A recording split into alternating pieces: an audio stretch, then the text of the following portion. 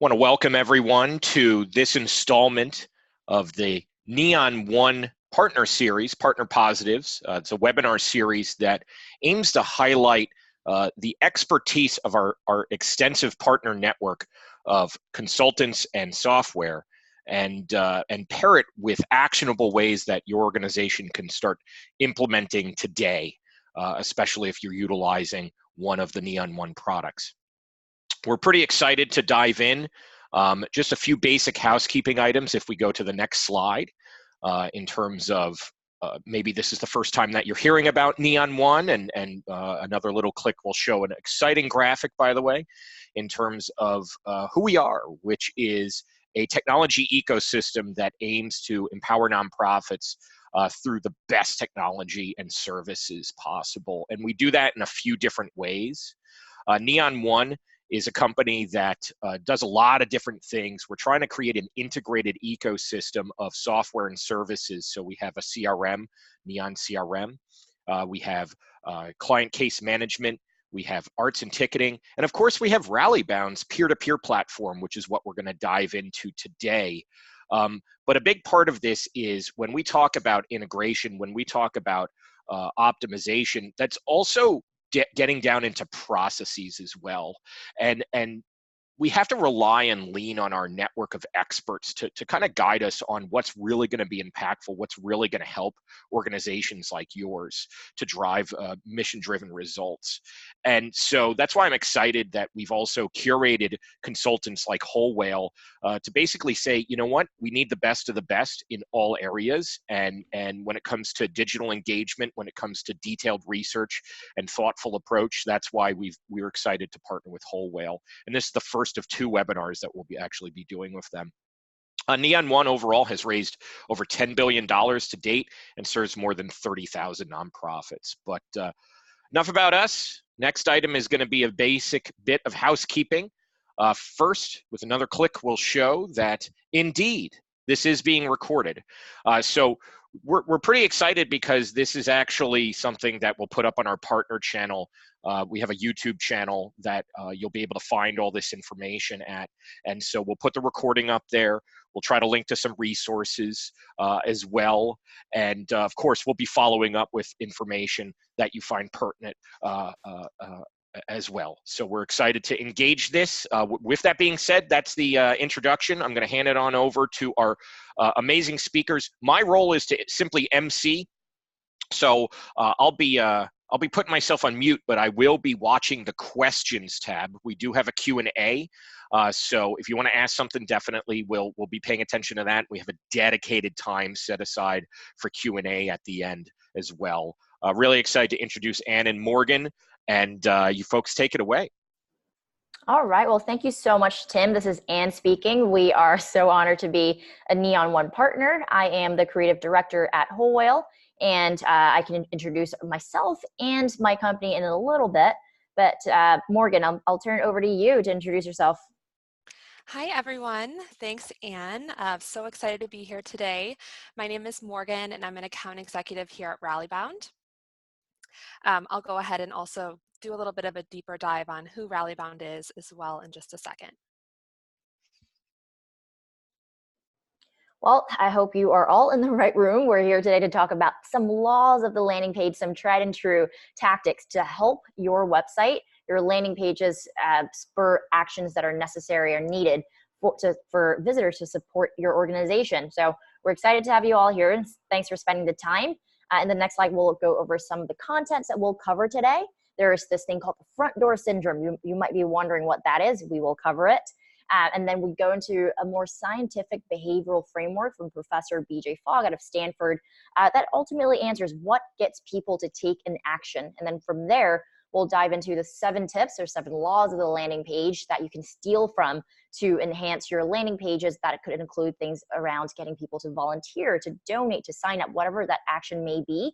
And then the most exciting thing is that with the theory, with the tactics, we'll then have a demo with Rallybound for you to see exactly what we mean by each of those tips on an actual website. And then lastly, like Tim said, we will have time for Q&A, so keep the questions coming.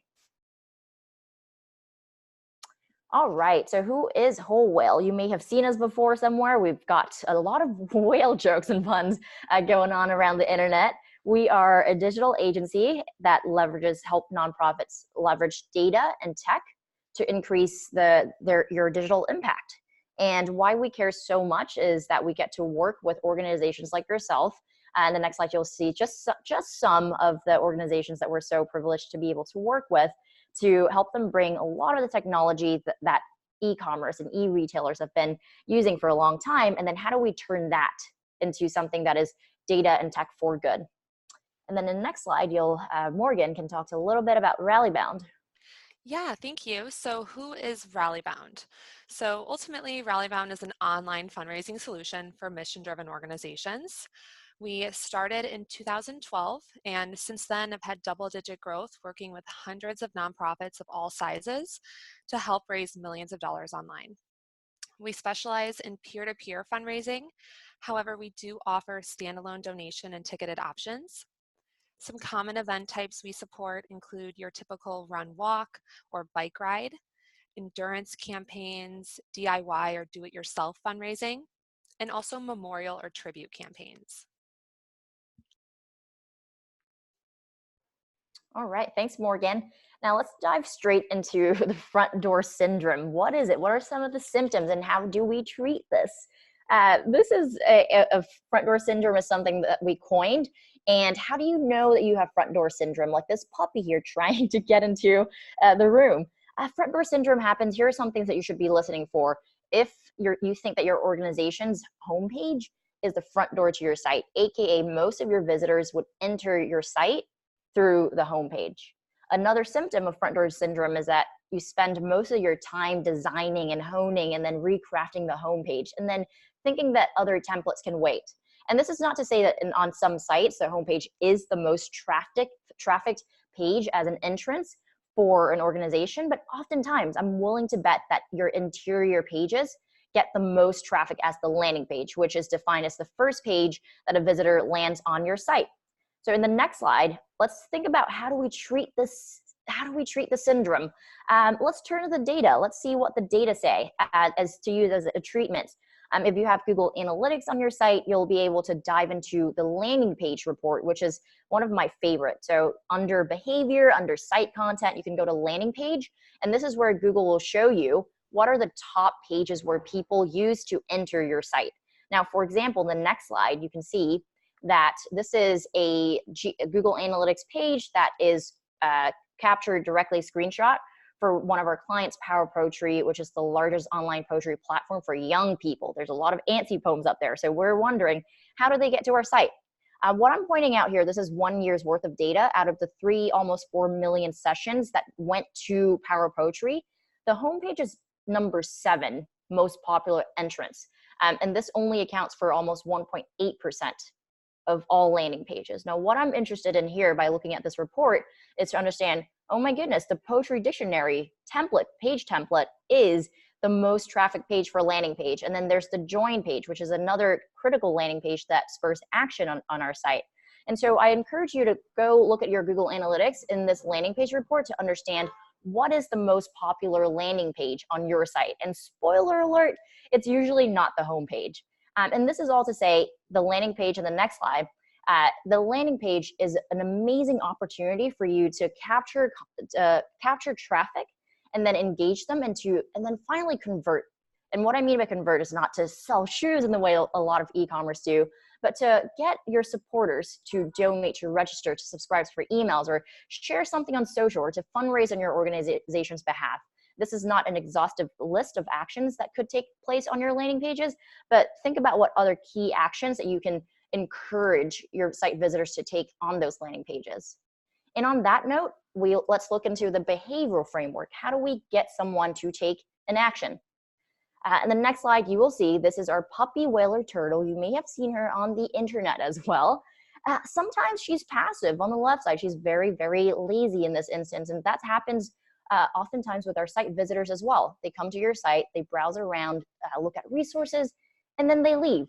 So now how do we get them to be a passive turtle into someone who's doing yoga, very active and very engaged, whether it be one of the the previous actions that I had mentioned were another type of engagement that is more engaged, more committed than just browsing. So how do we get people to take an action from being passive to doing yoga?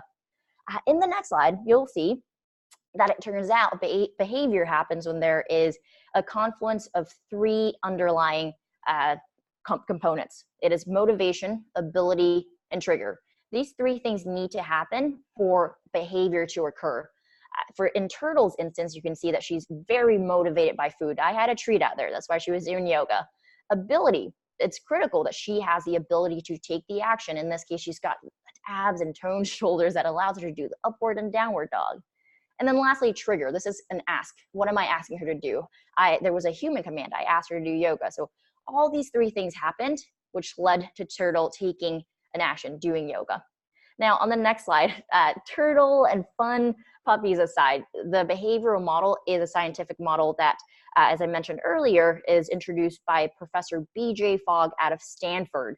Now, there's a lot to look at here, but what I want to point your attention to is the red or pinkish line here. You want your trigger or your ask to fall on the right side of this plot. So in this case, for example, if I'm asking Turtle to do yoga and with her reward is a treat, then she has high motivation. So her motivation plot will be high on the y axis, and then her ability, she has the ability to do it. So it'll also be high on the x-axis of ability. And that's where the trigger succeeded. So the trigger had passed the activation threshold. But for instance, if Morgan asked me to run a marathon to raise money for the Turtle College Fund, I would be highly motivated, but I don't have the ability to run a marathon. So that's where, for instance, that trigger would fall short because of the lack of ability. So think about motivation, ability, and trigger in conjunction, and make sure that there's high motivation and high ability for your trigger or your ask on the website, on your landing page to succeed. Now, let's dive into that a little bit. And ability, a lot of this happens with ability means, can I do this easily? What is the perception of ease? How many taps do I have to tap on the phone? How many fields do I have to enter? And on the right side here, you can see an example of a form on the DMV to sign up to be an organ donor. It's such an easy action, but this form makes it seem like it's so hard to do. And therefore, we've got quite a problem with organ registration in the country. In the next slide, you'll see a quick example, Throwback Thursday. We're not on Thursday yet, but Throwback Thursday of a very classic example of A/B testing on the Obama campaign back in 2008. On the control side, you can see that the form is fully exposed. It's got a lot of fields. In the sequential, which is the challenger to the control, this form has been shortened so that it's sequential step by step. You complete one step of the form at a time. And because of the perception of ease of the sequential challenger of that variant, that variant ended up raising 5% more in terms of donation volume than did the longer form, which looked like it was harder to fill out. And then the next slide, Morgan can show you a quick example of how this is applied on the Rallybound platform. Yeah, so Rallybound also provides this sequential donation form.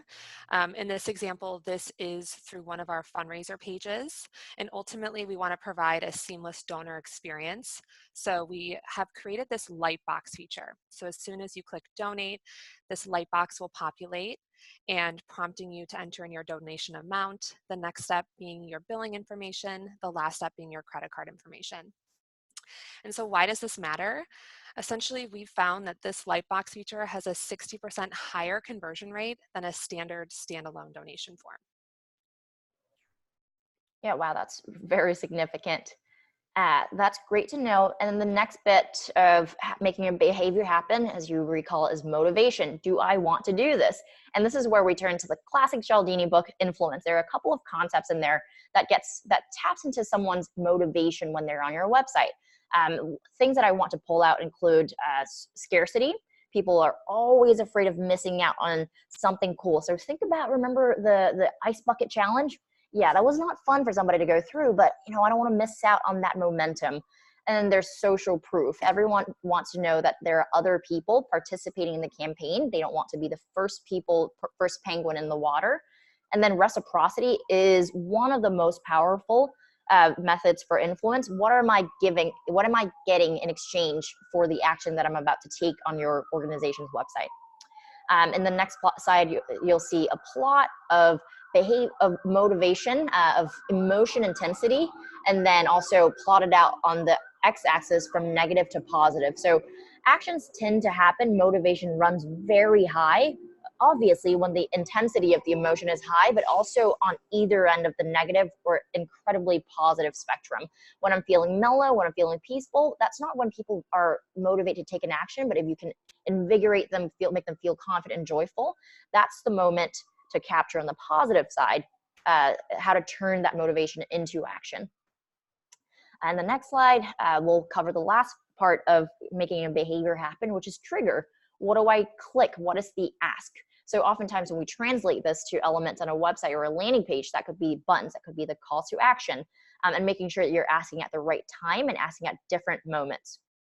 In the next example, you'll see that, for example, in our friends at Donors Choose and Change.org, they've got the sticky call to action that stays with you on the top or the right side of the page as you scroll, so that the trigger is always visible for you to take an action, to donate to a teacher's classroom when you feel that you've had enough information to take that action. All right, that was a lot. So now the behavior, that is the behavior framework that I love to apply the motivation, ability, and trigger into the elements of a landing page to then distill the 7 laws of the landing page. And I'm sure you've seen some versions of this before, but here are the 7 that we have distilled into today's presentation. And hopefully you can recap this, and if you take away nothing else, these are the 7 things I would love for you to walk away with. So the first law is make sure you tap into the F pattern layout.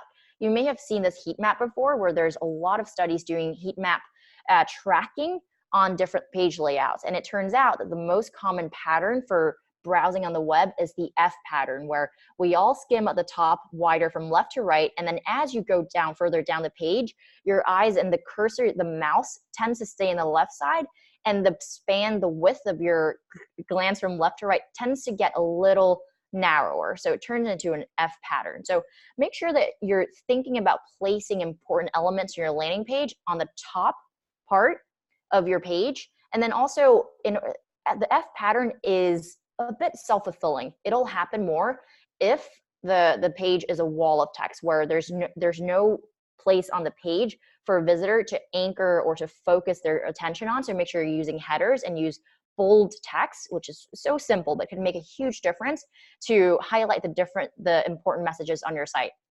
And let's see this in action. Yeah, so Pause Chicago is a client of Rallybound that is actually, like Anne said, putting these best practices into reality. So they use bold text to draw your attention directly to the center of the page, where you can then choose to register for one of their endurance campaigns.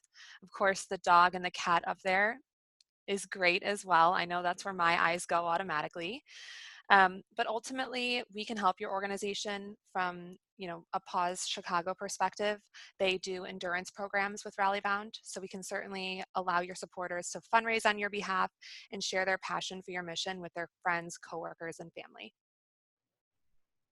Great, yeah. Cats and dogs, if you have photos of them, please, always. That would be our bonus tip. Put animals on the landing page. Most definitely. Going back to our 7 laws, the second one that we can't emphasize enough is to heighten contrast. I know that every organization has a style guide with a set palette of colors that is on brand, that you've decided and held hands and agreed upon. These are the colors that we will be using. Please make sure to run those colors when you're, for example, creating a button, a call to action, into a color contrast checker. There are a bunch of them out there. One of them is contrast checker, where you can enter the foreground color in this example here, which is the color of the text, and then the background color, which is the color of the background of the button. And once you enter that, and also enter things like the text size, there will be an automatic result that shows the contrast ratio, as well as does your color, foreground and background, and the text size pass all of the accessibility tests. For example, in this case, our colors with white on dark background pass the test. And this is not only nice to have, but it's a must have for accessibility. So I highly encourage everyone to, but when you're creating a landing page, to go and use a tool like this to enhance sort of your call to action and also make sure that it's accessible to anyone who's using the web. So that's rule number 2. Now let's go to law number 3. This is a fun one as well. And you might notice that the laws from 1, 2, and 3 all have to do with the visual design of the landing page. The third one here, which I love, is use directional cues. Now, what does that mean? Let's look at the visuals here very quickly. You can see the heat map. The redder, the more focus, the greener, the less focus on this. On the example on the left side, you can see like when the baby's face is looking directly at you, the visitor's attention mostly focuses on back right at the baby's face and not on the content to the right of the baby. Now, on the flip side of that, if you were to turn that baby, the gaze, the direction of the baby's eyes are looking at the text, there's an immediate change. All of a sudden, the attention is reflected from the baby's face into the content on the landing page, which is where you want your users to focus their attention. So think about where you're using arrows. Where are you pointing people to? Where is the eye or the gaze of the hero image, the person, the subject of that image looking at? You really use this. It's so subtle to point visitors' attention into parts of the page that are important. In the next slide, we've got a little pro tip here from Turtle. So make sure next time you have a photo shoot, let's just take a lot of stock photos that has pointing, because you never know when it will come to handy. For example, when there's Turtle looking out to the right side and we want our visitors to pay attention to the email sign up. And likewise, the example on the right side, we've got our CEO pointing in a lot of photos because there's one day, you never know when you'll need to use it in an email pop-up. And in this example, it worked out just fine. Okay, I hope everybody's following along. If you have any questions, please add it to the questions channel, and we'll promise we'll get to you at the end of the webinar. I want to move on very quickly to rule number 4, which is ask for one thing. I know it's so hard to just choose one action that you want to promote to your visitors, but it is best to choose just one action. Another favorite book of mine is Switch by the Heath brothers, and in there, one of the concepts is that your site visitors, if they're not doing something, it's not because they're lazy, it's because they're confused. And this is what's called a choice paralysis. It happens when there's too many options put in front of you, like when you're at a buffet. What do I want to choose? So just try to pare it down, remove the navigation of your site if possible, so that you can focus your visitors' attention on the one and only call to action, whether that be a donate or fundraise or sign up for newsletters. All right, now we're up to law number 5 already, which is concretize impact. You may have heard of this concept before. This is just a very simple concept where visitors want to know what is the concrete impact of my action. So rather than saying donate now, what else can you add to that to say, this is the person you are helping, this is the family you're helping, this is the impact of $25, this is the impact of $50. And most importantly, visitors want to know that they can relate to your content. And so oftentimes we've seen that organizations often have trouble deciding between, do we feature an image of one person on the donate page, or do we feature an image of a group of people on a donate page? Sometimes it's surprising to organizations to find out that the image of the one person does better, because in that instance, visitors can relate and understand, like, I'm helping this one person rather than being diluted among a group of people. And I know that Morgan's got a couple of examples to bring this home. Yeah, so we help organizations offer these new engagement opportunities to, again, make the content more relatable, like Anne had explained. We do this through tribute and memorial campaigns. This is just an example of MMRF, Multiple Myeloma Research Foundation, is one of our clients utilizing this type of fundraising. These campaigns can be used to honor or memorialize the memory of loved ones. We also include the option for donors to share memories and offer condolences with their donation. This ultimately provides a meaningful and emotional connection between your donors, fundraisers, and your organization that makes a lasting impact. We also provide the ability for your organization to create impact cards, and this allows your donors to conceptualize the difference their dollars can actually make.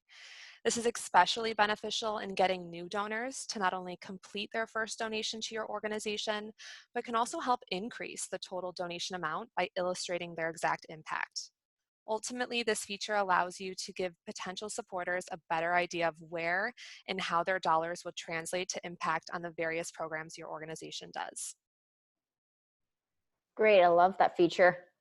All right, moving on to law number 6. Make sure to tap into urgency. There's nothing like a countdown clock that makes you act before things are over. And this is, again, borrowing from some of the sales tactic from e-commerce sites. Humans are just somehow very much afraid of loss. So loss aversion, tap into that. If something goes away, make it urgent so that people have to act in this moment. So for instance, what we've seen work in the past is adding a deadline for matching gifts, for instance. If the matching gifts has to be made by a certain day, adding a countdown clock, for instance, with Giving Tuesday coming up for us has been doing very well.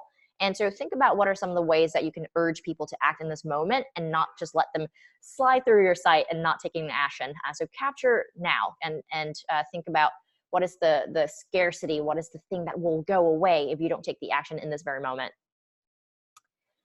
Okay, and then lastly, I promise this will be fast. Law number 7 is leverage social proof.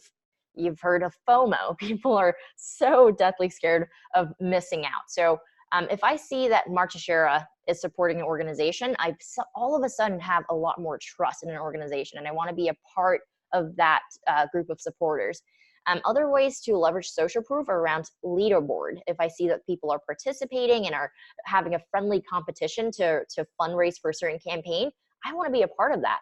And also just showing strength in number. Again, no one wants to be the first penguin in the water. And so if you can show that there's a large number of people already participating in a campaign, I'd be so much more motivated to join that because it's already been proven. People are showing that this is a campaign that is working. And so I want to be a part of that as well. All right, Morgan, back to you. All right, so Rallybound provides several different social media widgets that you can activate on any type of campaign that you're doing.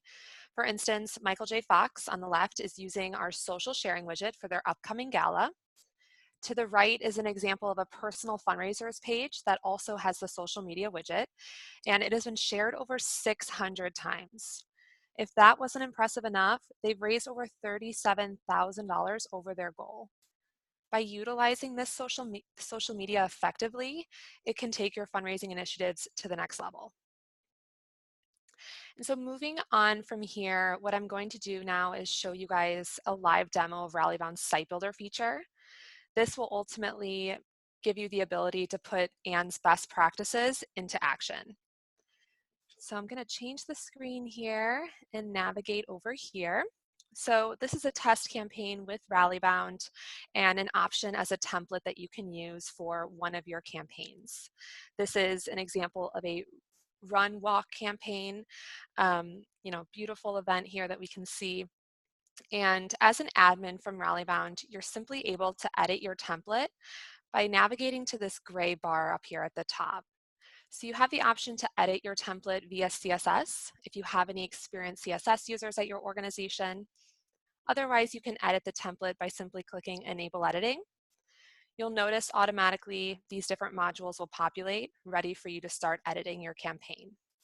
You can edit your logo in here, edit your campaign name, edit the personalized text surrounding your event here as well. I can also edit this template even further by navigating to these 5 different drop-downs here. The first one would be the colors. So keeping Anne's best practices in mind, again, making sure that you're choosing the correct colors for your campaign, as well as making sure that they align with your website to make it a seamless transition for your event registration and donation experience. So we want to make sure we're giving you the tools to do that. You'll see you can use this color wheel here to change out and choose the specific color you're looking for, or you can also type in the hex number here if you already have a specific color in mind. The next option here is being able to add additional information through these navigation items. So if I wanted to add more information about the event, additional information on how to get involved or frequently asked questions, this can all be done in this section here just by simply adding from existing pages that are frequently used within Rallybound, creating a new page, or creating a custom link entirely. The next option allows me to add my photos or videos to my campaign. So again, keeping Anne's best practices in mind of having 1 to 2 people in your photo instead of a group of people to limit distractions. This would be how you would insert this into a Rallybound campaign that you're doing. You'd simply choose here to drop an image. You can add as many images as you'd like that'll rotate out in a carousel. And you can also add a video. If you have previous footage from a past event that you've done and would like to showcase it, this is how you'd be able to do that here. Next, you'll see call to actions here. So we want to make sure we're allowing your constituents to easily register or donate for the campaign that you're doing. These are the most frequently used here. Again, you can incorporate any additional call to actions that you'd like here that makes the most sense for your event. Lastly, you'll see these different widgets here that are portrayed. So within Rallybound, you do receive standard widgets included in your campaign event. We do have the option for custom standard widgets that you can create as you please. In this list here, you'll see several different options, some that Anne has explained already. I'll walk you through just a couple of these, but if we notice editable text here, this would, again, be this section here where you can edit about your campaign. You'll notice the countdown here as an available widget that you can activate for your campaign. To Anne's point, this definitely creates that urgency of people wanting to get involved. They know they have 44 days left to register. Definitely gives them that incentive to do so.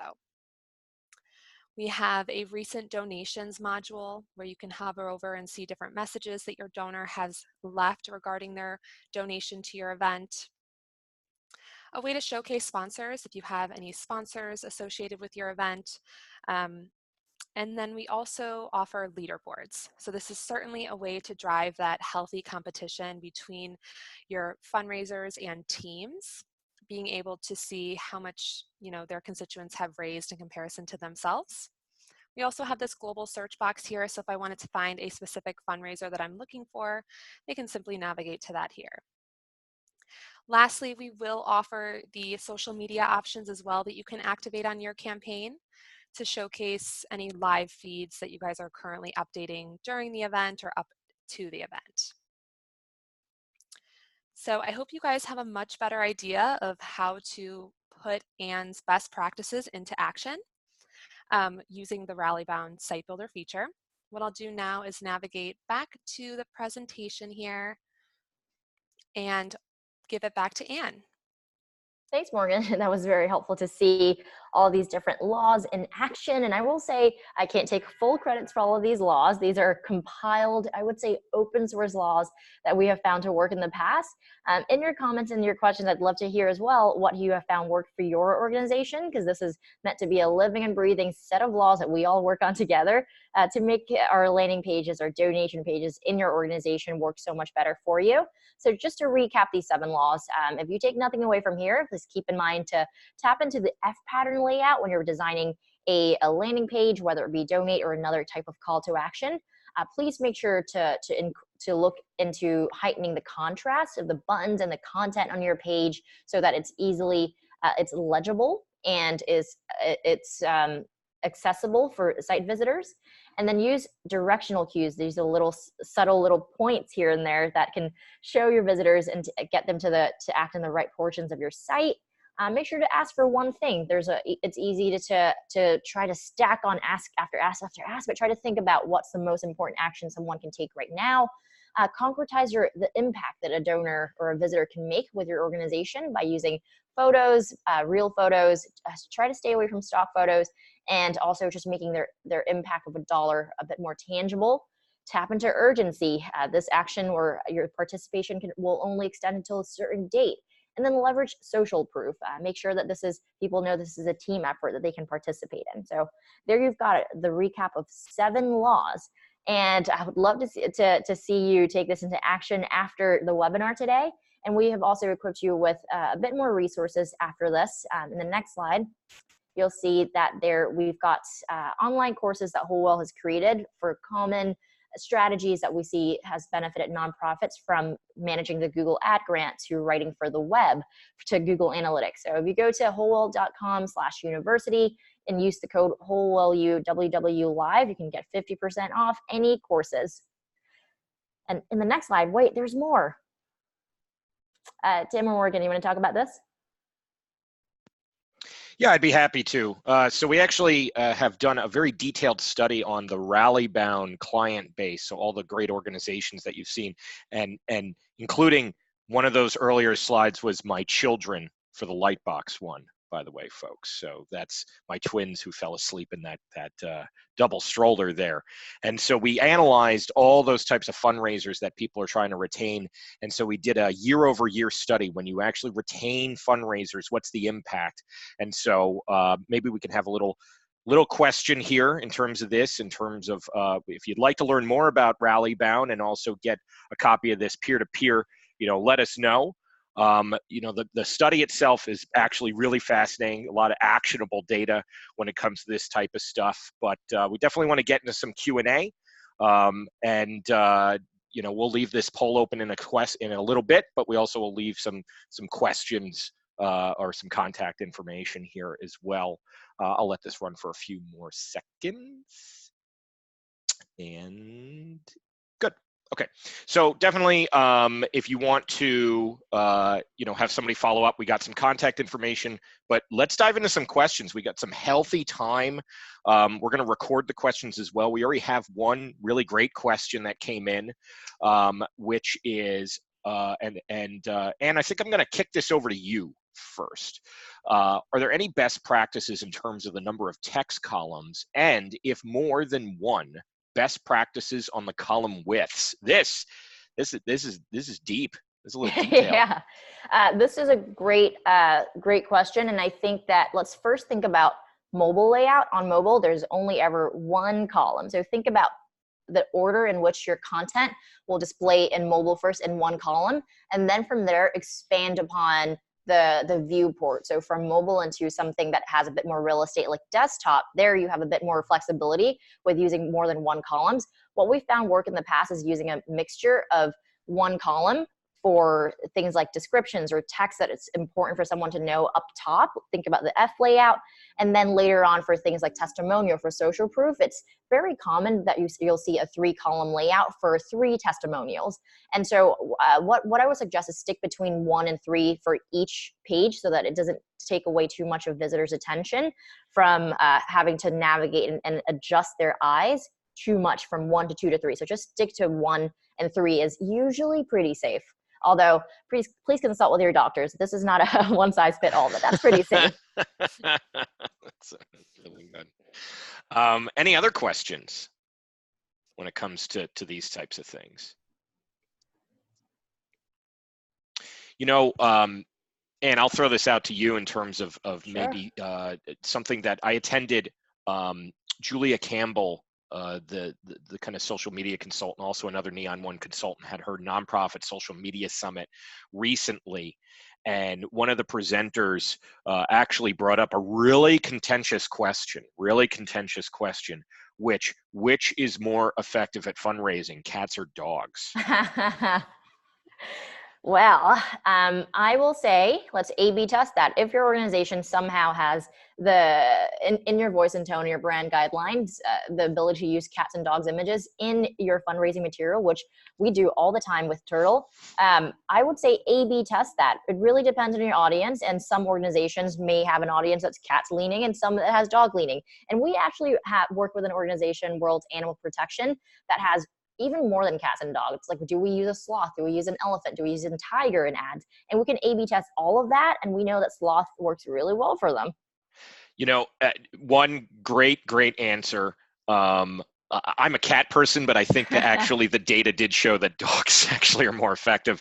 But in terms of A/B testing, I think actually somebody asked a really great question that connects with that, which is when we're running a specific campaign, we often wonder if we should create a new donation landing page or edit our current one to say, this is our main push right now. What are your thoughts on that? Ooh, so my thoughts on this, I've got a couple of thoughts on this. I do. So the most important thing for me is just tracking, just making sure you're not creating a new campaign for the sake of a special push. But what I would do is have I would create a new specific landing page. Again, consult with your doctors, but what I'm thinking right now without a lot of context is create a new landing page or create a new donation page for, let's say, a big Giving Tuesday push. And then from there, you can A/B test elements that are more seasonal than just your generic landing page, as in what are some of the messaging that may work best for that new Giving Tuesday landing page, as we're calling it now.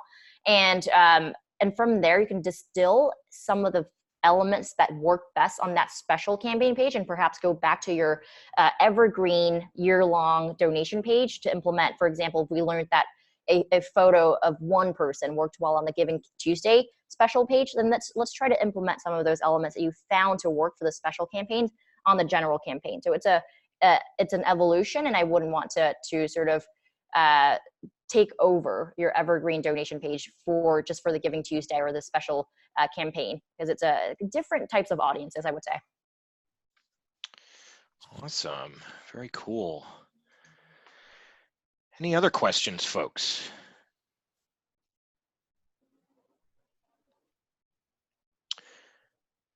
Any other final thoughts from our panel that might, oh, actually we got another question. So, awesome. Okay, let me see. If you have more than one audience and you want them to do, what if you have more than one audience and you want them to do something different?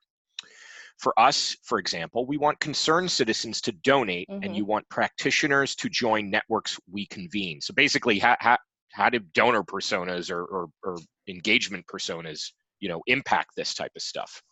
Yeah, absolutely. A lot of this will have to do, I believe in creating separate landing pages for each of these audiences, and make sure you use these different landing pages in your, for example, your social media push, that that you'll be, for example, running ads for a certain audience. Make sure you're using that relevant landing page, as well as the other big piece is email marketing, making sure that the first page that, for example, a concerned citizen sees is different from the first landing page that the practitioner sees.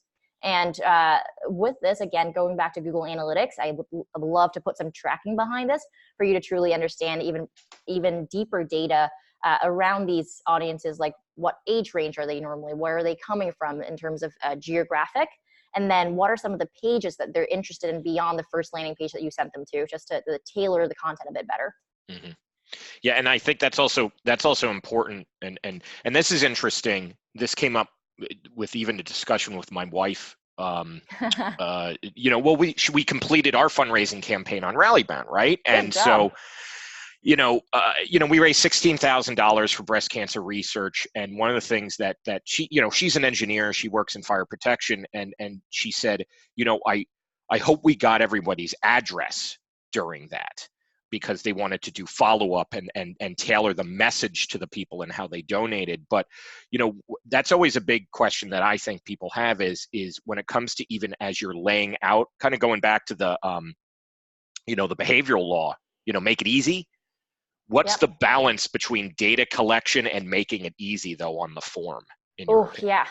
That is, unless you're going to be using the additional information that is attached to an additional field and form, do not add it, because any additional field that you add to a form has has a chance of reducing form completion by 50%, like just one simple field. So unless you're going to absolutely use that information, don't add it. And it's going to be different for every organization, but I say try A/B testing it, one version with the extra field, one without, and see what the completion rate difference is. We got a good philosophical question, which is, what's the effective technique for fundraising for ongoing funds such as teacher salaries versus one-time costs, computers for a new computer room? We find people give more easily to the one-time costs. Yeah, and please jump in as well, Morgan and Tim, on this, because you work directly on pages where these things happen. But overall, across the board, we see that it's much easier to get a one-time donation, but the recurring donation after that is a lot more difficult to get out of a one-time donor. And this is where follow-up communications is critically important. If you know that, for example, last year I donated once, the next follow-up should be to get me not to donate one more time, but to turn that one-time donation into a monthly or some kind of sustained giving.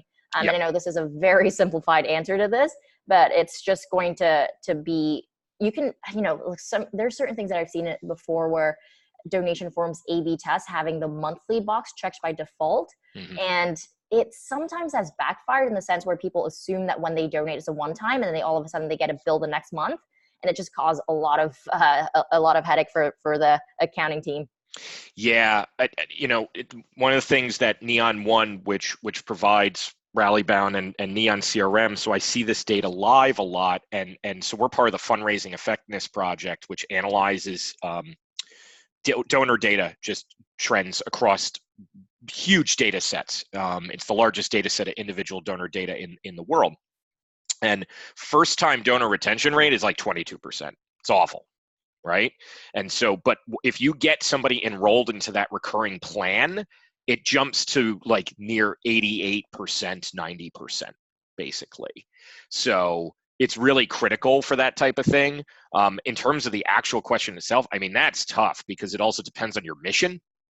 It also depends on your business goals. Like if you're launching a capital campaign, you're also going to be having a much different conversation with people than if you're just trying to like talk about overhead. And I actually worked for a school and we had to balance this all the time in terms of like talking about we're benefiting the school, we're doing things that are paying teacher salaries and making sure that they're ultimately, no matter what, both of those things lead back to the mission, I would say, because it's like, well, those are just kind of outputs of where the money should go. And also at the end of the day, like do what works, because realistically behind the scenes, like unless it's an outright pledge letter, it's probably not being restricted on your books. So, unless the donor outright is like, I am making a like very clear pledge letter that says you cannot use this money for anything else, like the page itself, it's kind of like, it's whatever works. Okay, we got another good question. See, this open it up. If you have, and Morgan, do you have anything to add? Sorry to. No, I think you answered it perfectly. Thanks Okay. for doing that, Tim. Thank you. I mean, y'all had so much fun. I wanted to get in a little bit. FOMO. There we go. Yeah, I got the FOMO. Okay, good. Another good question. If you have more than one call to action, such as donate and subscribe, how do you recommend presenting these both effectively? Do you highlighting only one per landing page?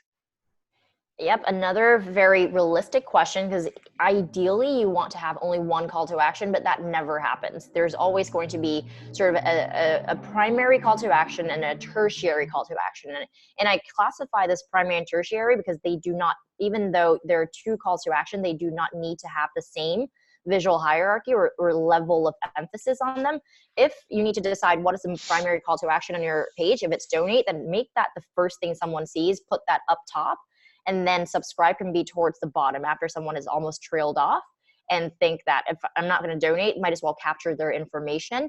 And the other piece that we have found to be pretty interesting and helpful is to not include an email form at all on the page, but have a pop-up that detects exit intent. So when someone's scrolling up to the address bar and is about to close out the tab, then a pop-up tool will see this and be like, all right, they're not doing anything. Let's try to capture their email by presenting a form. So in that way, pop-ups are not annoying, are actually super helpful in capturing that information that you would have lost. That's good. And I think a lot of nonprofits also like underplay the potential for content on their own websites in terms of like, people are just really potentially very interested in the mission, but maybe they're lacking in terms of getting a little bit more. And so that would solve that in terms of like, if you have really great, digital follow-up content in a newsletter or something like that, that would help solve that. It's great. Yep. All right. Any other questions? We're heading near the top of the hour.